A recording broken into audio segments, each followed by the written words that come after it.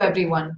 Welcome to my teaching learning session. We continue with BPCG, General Psychology. We're going to start with Unit 4 today. Continuing with Unit 4, we are going to talk about motivation. How motivation is so important in general psychology. We need to know from perceiving sensation, attending to stimuli, and then memorizing that thing. We require learning. After learning, we require ourselves to be pushed to something.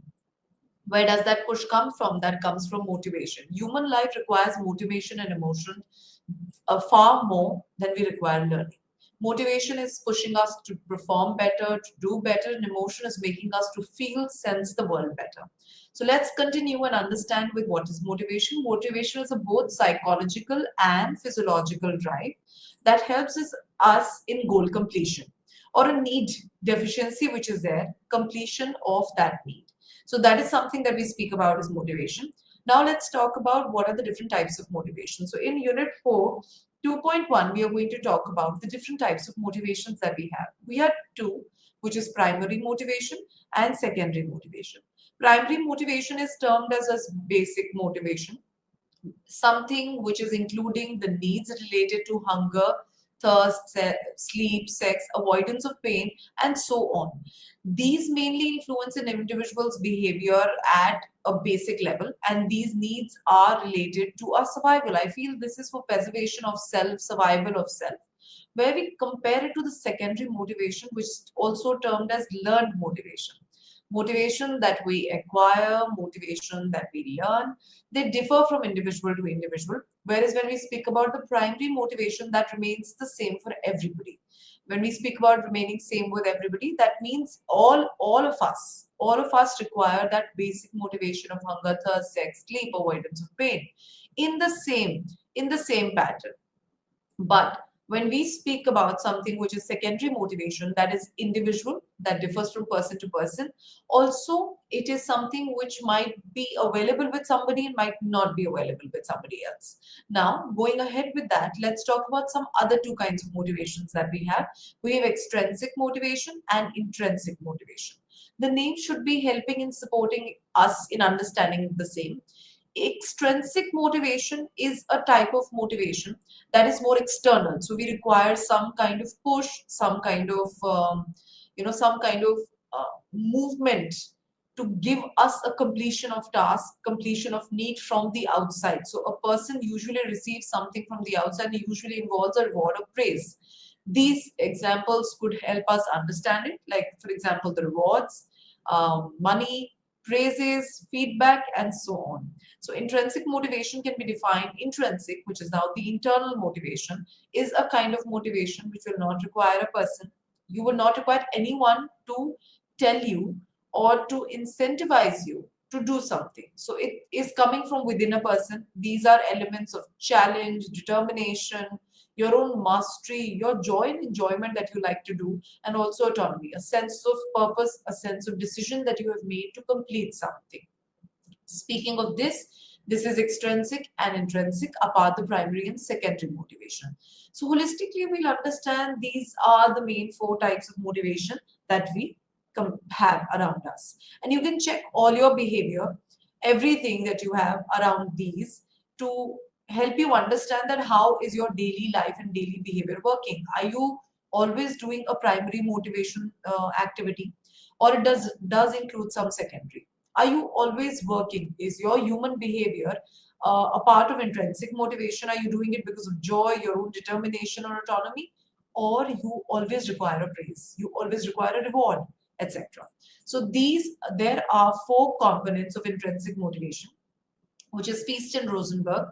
Feist and Rosenberg in 2015 mentioned these four being a part of intrinsic motivation, which was challenge, enjoyment, mastery, autonomy, and self-determination.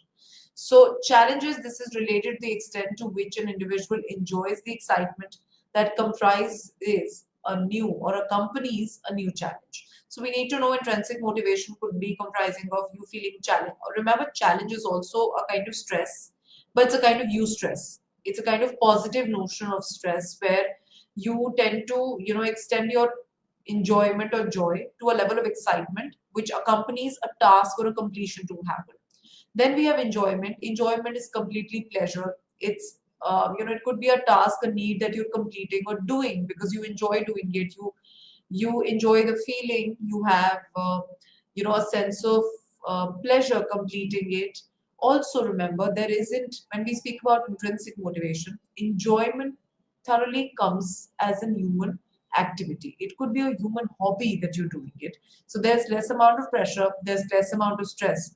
Speaking of challenge, challenge does involve a little bit of, it involves a little bit of stress to us because it is something which might have a deadline, it might have target time to be completion, but joy is happening because you enjoy doing that task.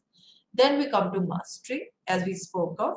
Intrinsic motivation speak of mastery when there's a sense of pride related to it, an accomplishment that an individual might experience while doing that task. And it can be a difficult task to carry it out. That's why you are doing it, and you get that mastery. You get that, you have that sense of pride that I am capable of completing it. I am the one who is capable of completing it. So that is something which is mastery, another kind of intrinsic motivation. Then we have autonomy and self-determination. Autonomy is a sense of decision making. An individual enjoys carrying out a task, that is, they have the freedom in which the individual can determine what needs to be done, how it needs to be done, etc. Then we speak about theories of motivation. Speaking of theories of motivation, we have a biological explanation to this, which is instinct theory. So now let's dwell into understanding. Yes, there have been some theoretical patterns and framework which have been given for motivation. Starting with the first theory of motivation, that is instincts theory. So instinct theory, first let's understand what's an instinct. It's something which unconsciously comes. It is not voluntary in nature. It is involuntary, remember, and it is always a little bodily. That's why this is the biological explanation of motivation. So some of the first theories which was attributed to our behavior was the instinct theory. It explained that it as inborn patterns of behavior, the complexity and the variety of behavior along with the undeniable role of learning and other environmental factors were taken into argument against the instincts theory. Instinct theory just stated that motivation happens because the body is pushed to complete something. That's why. So against that, there were other things which were taken care of. People mentioned that why don't, when we talk about biological instincts, when we talk about biological body energies, why don't we talk about learning? Why don't we talk about other factors, which is something associated, other factors which are associating, um, your environmental factors, which could be around you, making you learn to do something. So this was the first theory. Yes, the prime theory usually are very, very raw. That's why they were not given full consideration to it. You can have a look on the four components of intrinsic motivation. Now moving ahead. Speaking of the another theory, when we speak about motivation, remember motivation has been entirely a very uh, a concept which every psychologist has loved, reading, researching, and at the same time, a lot of theories came up with motivation that told us that human behavior is just not happening. In terms of, it is not an automatic process. Human behavior is just not stimulus response. Motivation stated that we do play a catalyst in between. We are there somewhere in between. So let's talk about the second theory, which is 4.32 as unit 4. This theory was called the drive reduction theory. The theory states that we are motivated to reduce or to push or exert the drive or internal stimuli that represents biological needs. This is reasonable to extent that our biological behavior helps us to maintain a homeostasis or a steady bodily biological state. When some of these internal states are out of balance, a drive builds up, forces behavior to restore balance. This is very similar. Drive motivation is very similar to homeostasis. Um, Similarly, for example, if you're feeling very cold, we put on a fur jacket or we put on a heater or we put a jacket or a quilt on to make our body feel warmer. This is an explanation which sees that biological behaviors, body and behaviors are having basic needs such as hunger, thirst, avoidance of pain. Now, there are other ways, for example, where the body actually looks forward to satiation, which happens automatically because there's a push coming from the body. the internal push that tells us that we need to maintain homeostasis. Even sweating can be a best example to this. When we play out in the sun or we're moving into the sun, you will sweat a lot. Sweating is telling us that we are, trying to retain balance. Sweating will cause in the heat cooling of the body. Again, that is something which is the drive and the internal stimuli that is suiting us. Also, Abraham Maslow, the psychologist in humanistic perspective of psychology, stated of its hierarchy of needs is another motivation theory, which actually stated why basic needs are important. So, in according to Abraham Maslow, he gave us a hierarchy of needs. There he mentioned that physiological needs are basic to us. It's the first need and they are the lower needs. Speaking of lower needs, until these needs are not satiated, not completed, they don't go ahead, we will not be able to move ahead, which is your biological needs to be completed first, and then we move to something which is any other needs. So if you're not having completion or satisfaction of biological needs, we are not able to move up the grid as per Abraham Maslow. Speaking of that, let's move to the third theory that we have, which is the arousal theory. So speaking of the arousal theory mentioned that the extent to which your body and mind are alert, arousal theory holds that we act so as to bring about an optimal level of arousal. So your body requires an optimal, which is, I feel, an adequate level of performance. When we are too aroused, example, when we're too hungry, we act to reduce that arousal. When we are not aroused enough, which is we are very bored, we try to pull in some arousal in our body, watch television, read a book, or probably go for running. Especially when we're feeling very lazy, we get up, we go for running, or we start doing our household chores. So that is to increase the level of arousal. The idea is to maintain, and there has to be an adequate optimal level of arousal, which has been found from observation of a law, which was the Yerkes-Dodson law. So speaking of this law, that law mentioned that our body requires an optimal level of energy, an optimal level of arousal. Too much and too less of arousal is not something which is appropriate for our body, and our body works for it. So if you have too lesser amount of arousal, your body will work to do something where you have a little of arousal stirring in your body. Similarly, if there's too much of arousal, your body will calm down. It will try to reduce that arousal level. So the graph of performance versus arousal, which is an inverted U, it's given on the right, we can check it out. The performance improves with an increase in the arousal up to a point, then it drops down. So we see increasing attention as you reach to the optimal arousal, your interest is increasing, your attention is increasing, you're making effort to hold that arousal. Then comes the optimal level and optimal performance, where your arousal is at the adequate level, at a level that is good, a mediocre level where it is not too much, not too less, and then it drops off. So optimum performance on an easy task occurs at a higher level of arousal than on a difficult task. Difficult task takes time. So remember, the U that would be formed would be a little lesser, shorter, etc. So speaking of this, let's go ahead understanding more and further other theories of motivation. So speaking of another theory of motivation, this is the optimal arousal model, which is again being motivated and being pushed by Yerkes and Dodson law. This theory, as we earlier discussed, was that the drive reduction mentioned that there's a drive which is coming. It is applied that explains the behavior related to curiosity, behavior that seeks thrill. In such cases, optimal arousal can be used.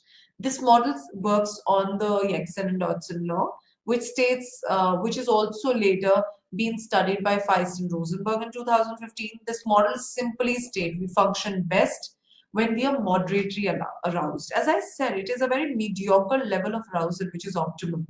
Not too high, which is too much of energy, not too low, too less of energy. Remember, too high an energy will lead to a very steep drop, and too less of an energy would be a very sloppy drop. So performance will only come when there is an optimal amount of arousal. And this can be said that individuals are motivated when certain situations are not very high or low in the stimulation. So that completes with optimal arousal model, which is again motivated by the Yerkes and Dodson law. Now, moving to furthermore theories. Now I feel theories will get more relatable. This talks about the incentive theory. The incentive theory holds that certain external stimuli act as an incentive, pulling us towards some behavior, which is very true. We all are working on incentives. I feel there's some kind of reward. The reward could be money, the reward could be praise, the reward could be recognition and fame, pulling us towards that behavior. So, intensive incentives are very pleasing. They're pleasing enough to cause an external stimuli that can serve as goal towards which our behavior is directed towards. Also, some cognitive factors can also be important when we talk about incentives. Cognitive factors could be while you prepare an incentive, how good and bad that is, how relatable and important that incentive is for that individual, etc. That's again the arousal theory. See, we are talking about the optimal arousal theory again. Let's understand it with the help of that graph that we have. Highest level of performance up, down, lowest starting from here. Low level of arousal, highest level of arousal. You can check out when there is boredom or apathy, your optimal level of arousal is the blue line. And when there is higher amount and it's pushing in too much, remember it will lead to anxiety when it falls down. So adequacy is the key, which would be between the yellow, between the blue and the red line. So the margin between the two. So that completes with the Exon and Dodson law. Now let's understand the theory that we were talking about. The theory that we were talking about is Maslow's hierarchy of needs. So speaking of Maslow's hierarchy of needs, we talk about Abraham Maslow's theory. Abraham Maslow stated that at this initial time that we have some needs which are arranged in the form of hierarchy. The theory that says that there are certain needs arranged in hierarchy if and only if our needs at a lower level are met. We can be motivated by higher level needs. Once we feed them, we feel safe, we feel accomplished, accompanied, we move to the next level of hierarchy. Once we achieve that level of hierarchy, we move to the next. So remember, we are moving from the lower needs to the higher needs. Let's understand it by the diagram that we have, the graph, the pyramid that we have on the right. We can have a look at this. This was Maslow's hierarchy talking about 5 needs. The lower needs talk about the physiological needs, the safety and security, love and belonging, self-esteem, and self-actualization. So when we speak about physiological needs, it could be something which is food, hunger, thirst, clothing, sleep, shelter, basic to life. Then we have safety. Once you hold up a place or probably you have shelter, water, you pick up a property which is safety, has employments, has basic communities around you, your family can be made, your social availability and social ability can be nurtured. Once this is done, which is the social needs, safety needs, and security, we move to love and belongingness. We form friendship, we become intimate with people. There's a sense of connection, there's a sense of belonging with people there, and we end up becoming family and friends. Once that is done, we start developing self-esteem, which is achievements begin. Confidence rise up when families are made, achievements grow up, people respect one another, the need to be unique individuals, etc. Then we speak about something which is self-actualization. Self-actualization is the last need that we had, and that talks about morality, creativity, spontaneity, acceptance, and experience purpose, meaning and inner potential. So this is something, self-actualization is something not everyone's going to reach. It is not something that everyone's going to go up to. We need to know some of us might be at self-esteem and not reach self-actualization. There might be people who've actualized once and they're still actualizing. So their needs of purpose become one, gets accepted, there's another one, there's another one. So remember, self-actualization is something not everyone can meet. You can please look on to the diagram, which is the pyramid-shaped Maslow's theory.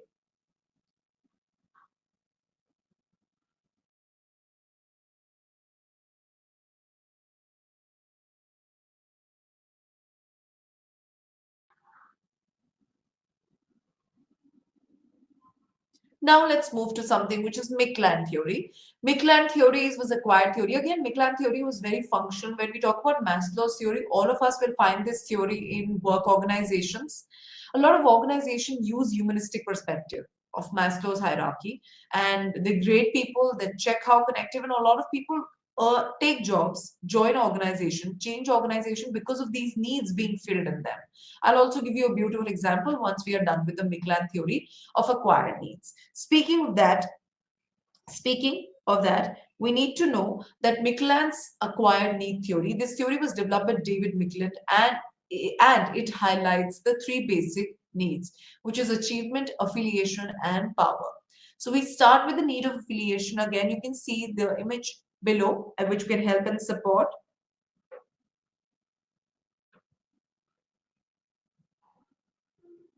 So speaking of that, let's talk about what is the need of achievement. It is setting goals, accomplishments. It is about calculated risk, knowing that what will be reached and what not be reached. Also, it's about how much progress, like life.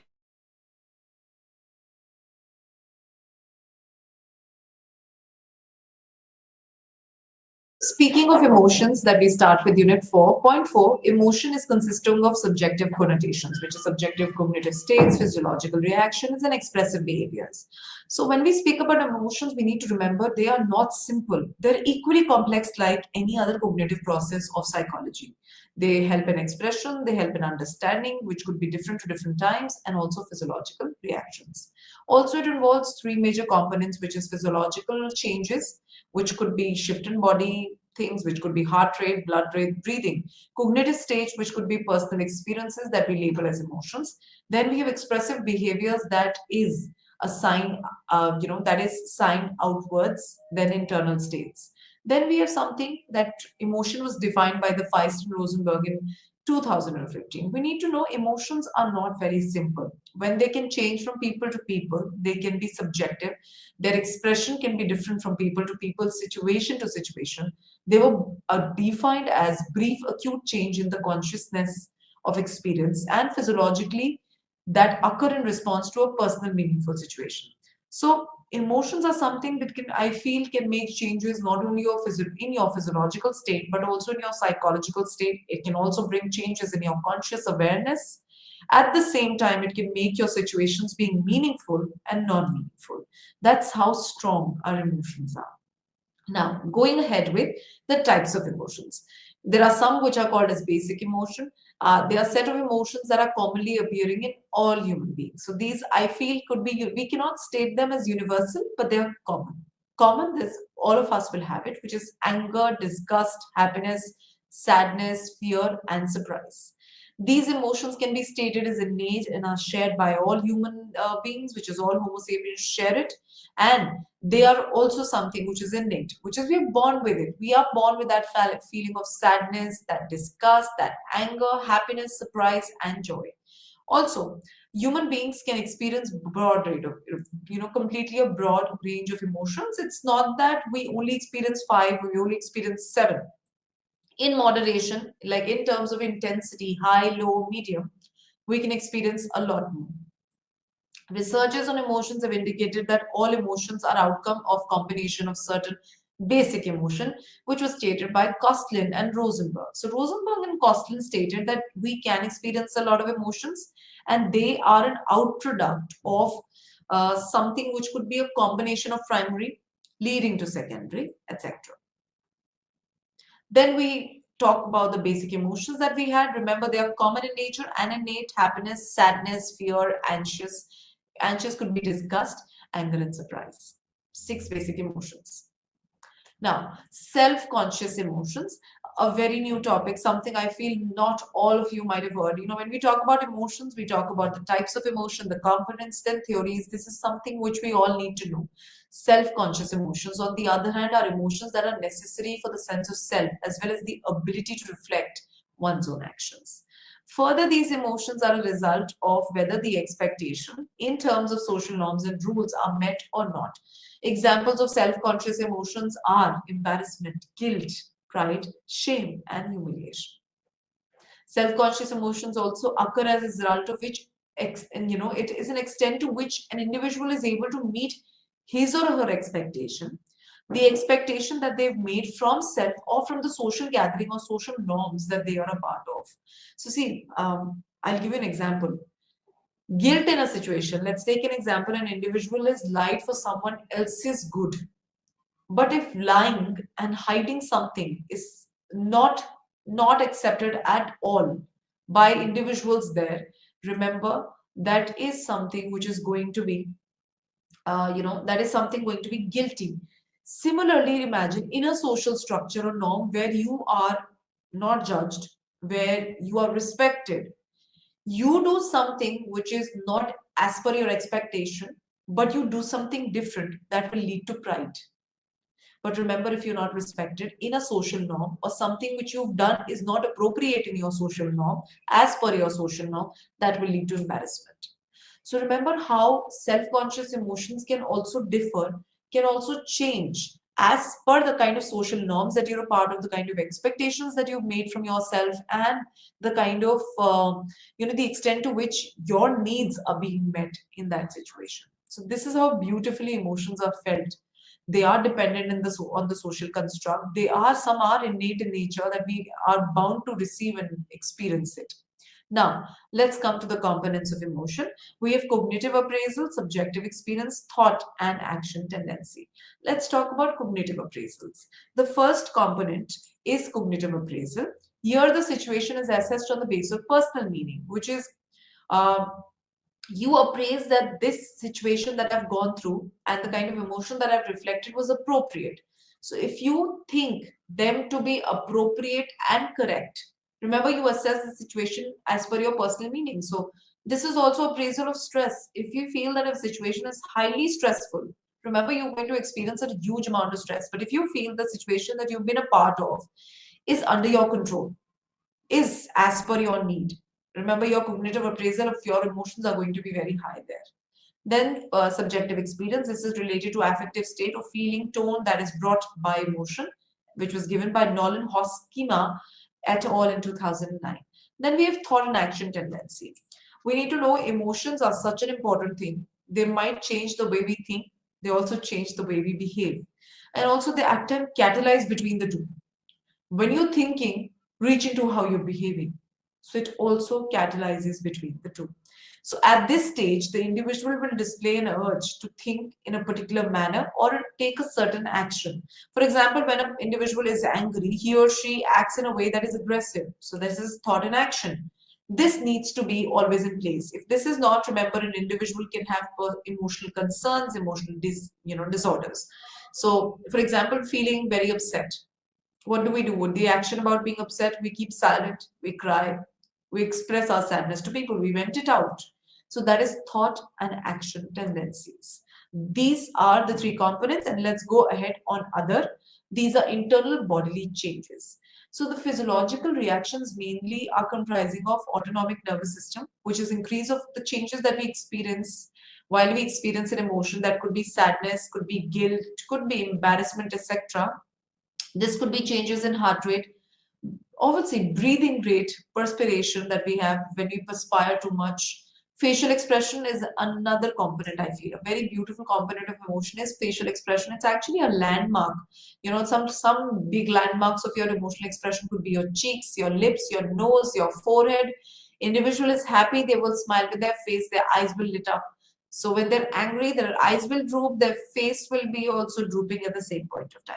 So response to emotion, this stage or component of emotion related to how an individual cope and react with one's own emotion.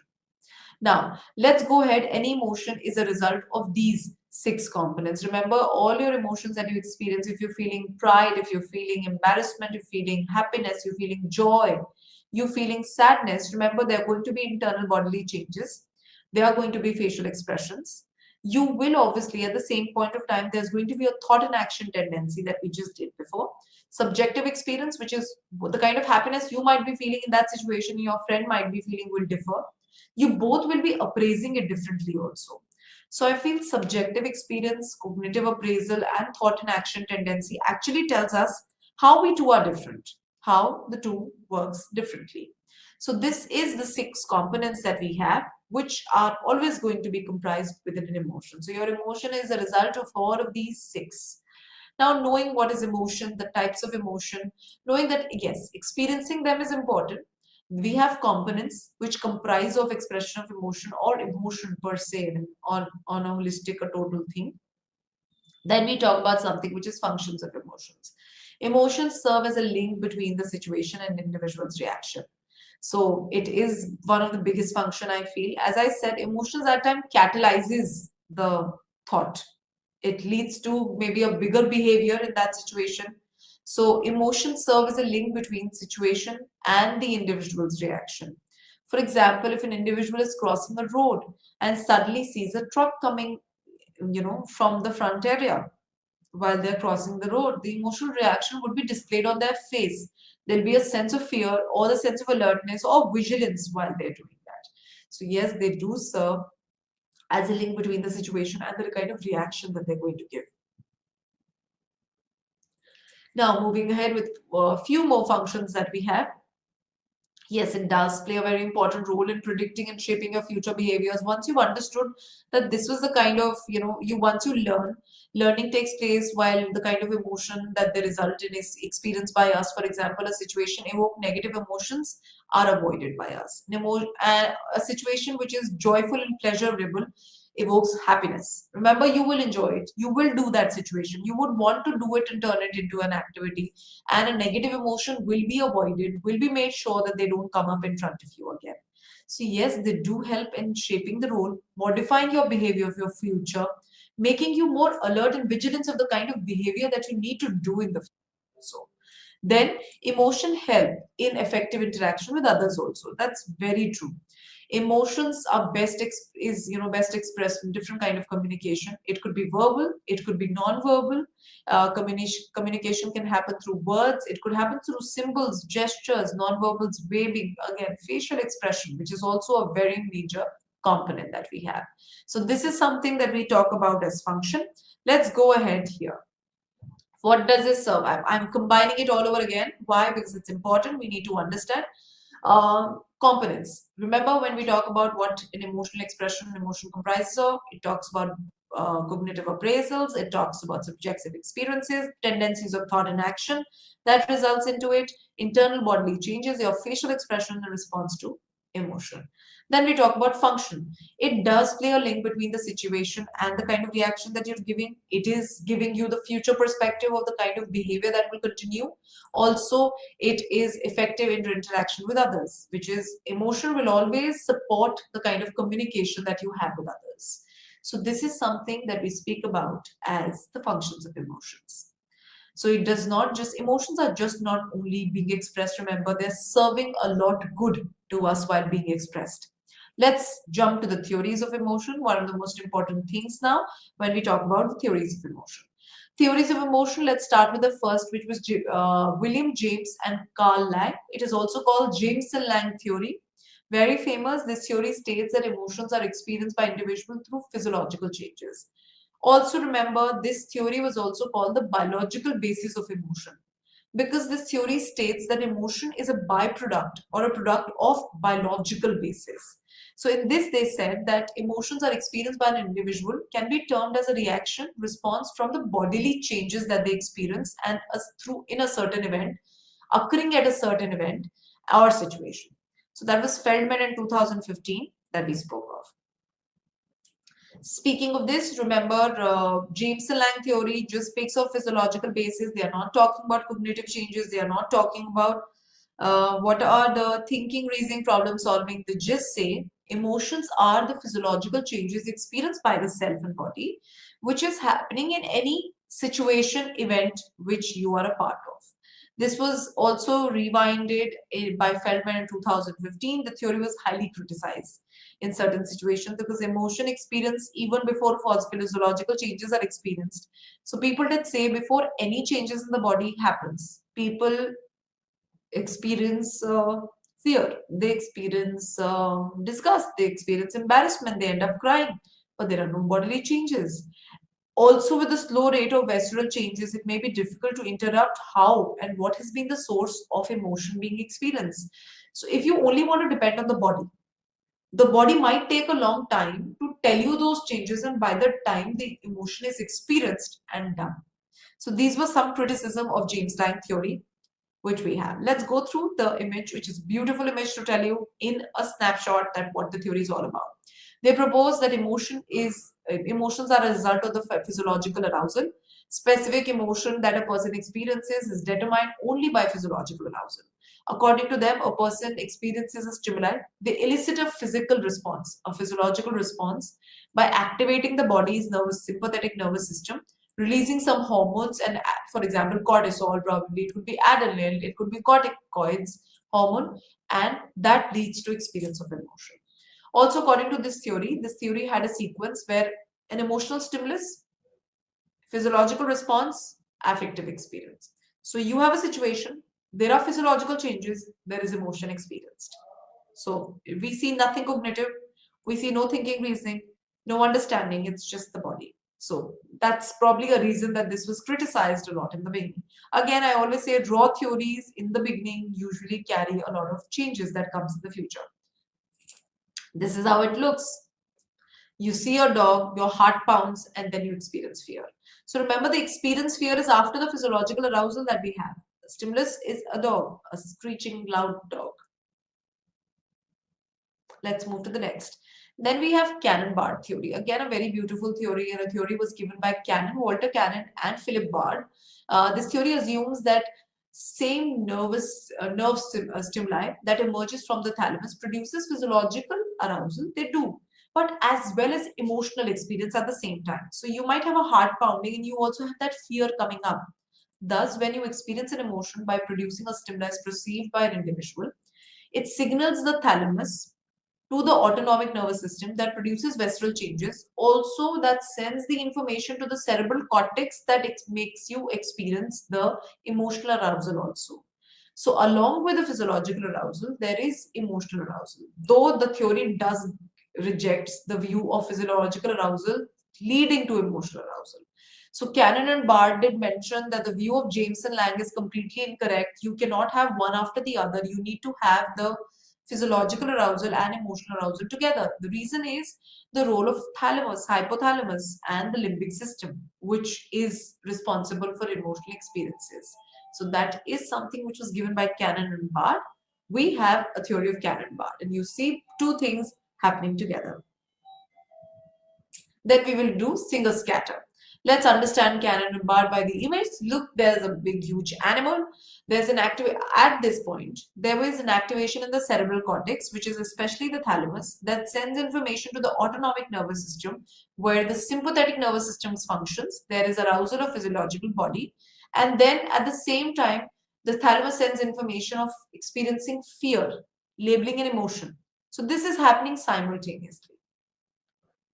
This was Cannon and Bard. Now moving ahead, we have singer-scatter theory.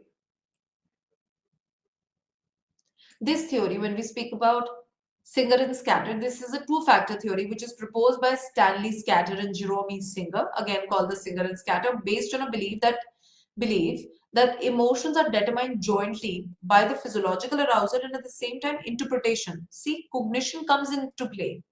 We need to interpret the situation. We need to understand the how, why, when, not only of our body, but also of the situation. Thus, the theory states that emotions experienced are identified by individuals based on their observation of environment and comparing it themselves with others. So, yes, the theory does say that we have a joint contribution, but remember that physiological arousal and its interpretation based on environment is also important. So here cognition comes into play. Singer-scatter, beautiful two-factor theory, which was given by Jerome Singer and Stanley Scatter. Remember, you meet a wild animal or a lion unexpectedly. What happens? The heart starts trembling. Obviously, the body starts reacting. You're sweating. And then there is a thinking, what do we need to know? The animal is very very fearful. It's going to attack. That's the time fear experienced. So they say that there is a physiological change which is tagged along with an interpretation which is cognitive, which is understanding and deciding, which leads to identify, is it fear, is it anxiety, is it embarrassment. So probably distinction of fears are better in terms of Singer and Scatter theory. This was one of the most famous theory that we have. After that we have opponent process theory.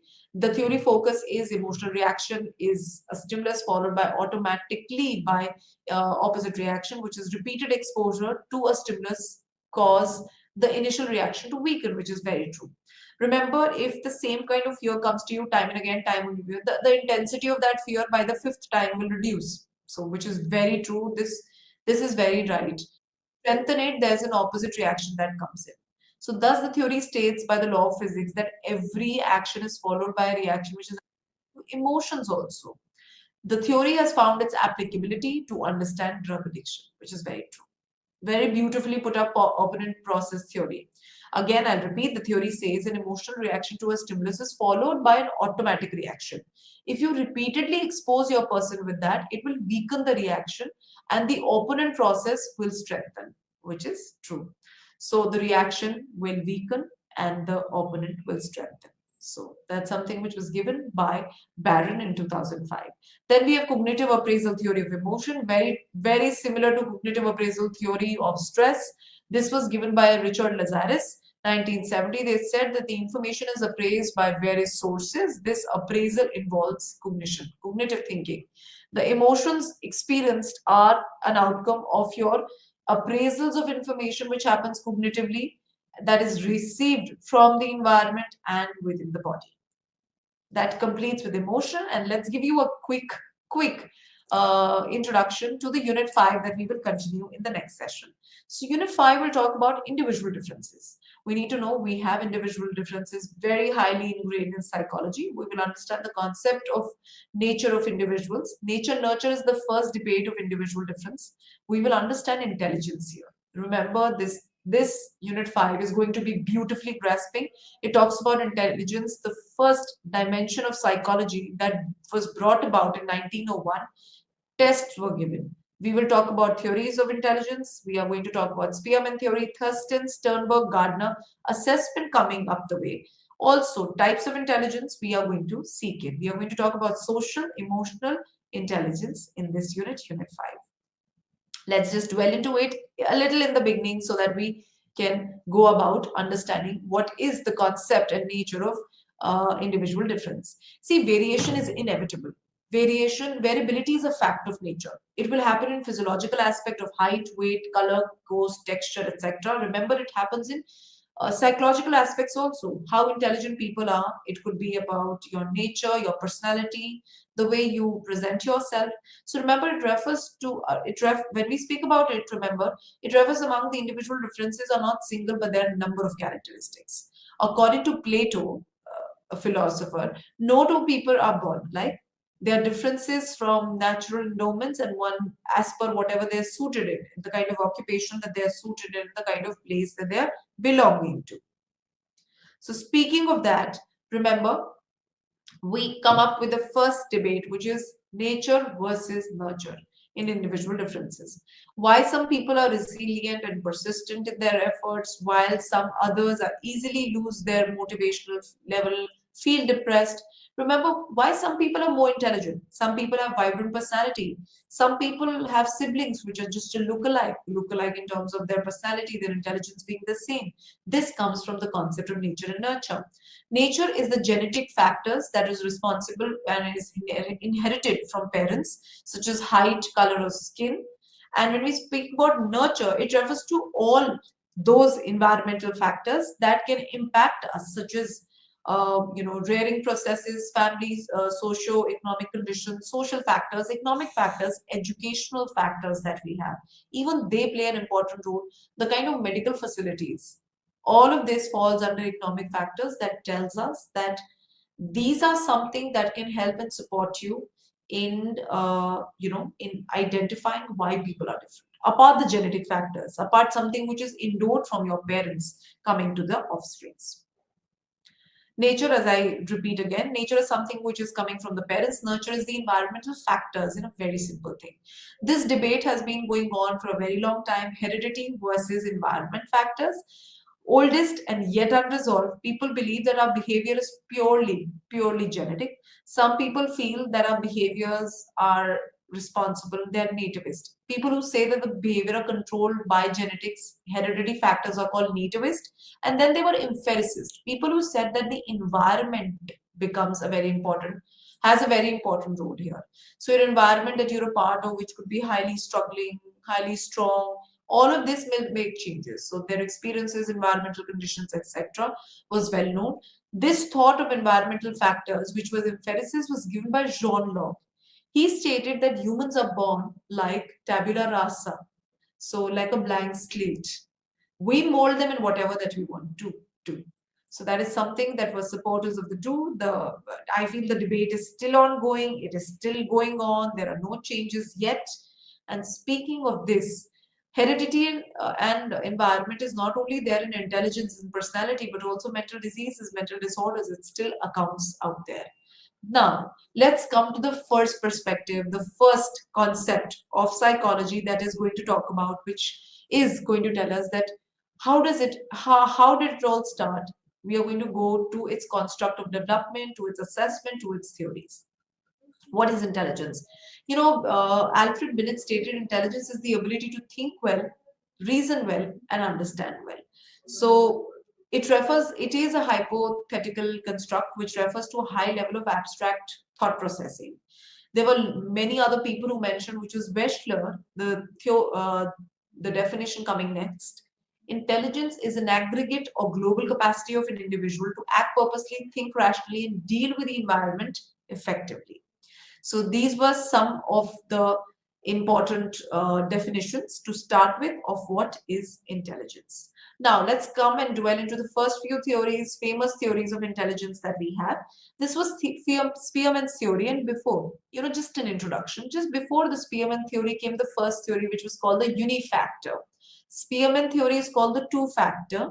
There was a theory which was given by Binet only. Binet was the first person, along with his cousin, Francis Galton, who came up with the concept of intelligence, an ability that can differentiate people from another person, one person from another person.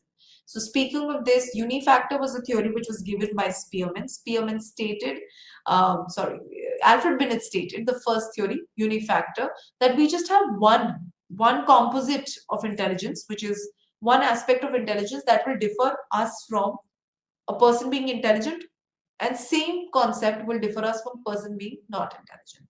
So yes, again, being a very raw theory, it was criticized because I feel one aspect is not enough to differentiate everybody on being intelligent and non-intelligent. That is, I feel it's not something rational also. Also, it doesn't suffice for a theory that we talk about.